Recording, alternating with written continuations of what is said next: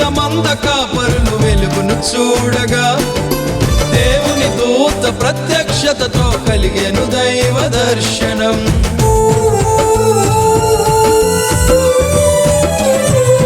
మెలకువ కలిగిన మంద కాపరులు వెలుగును చూడగా దేవుని దూత ప్రత్యక్షతతో కలిగెను దైవ దర్శనం.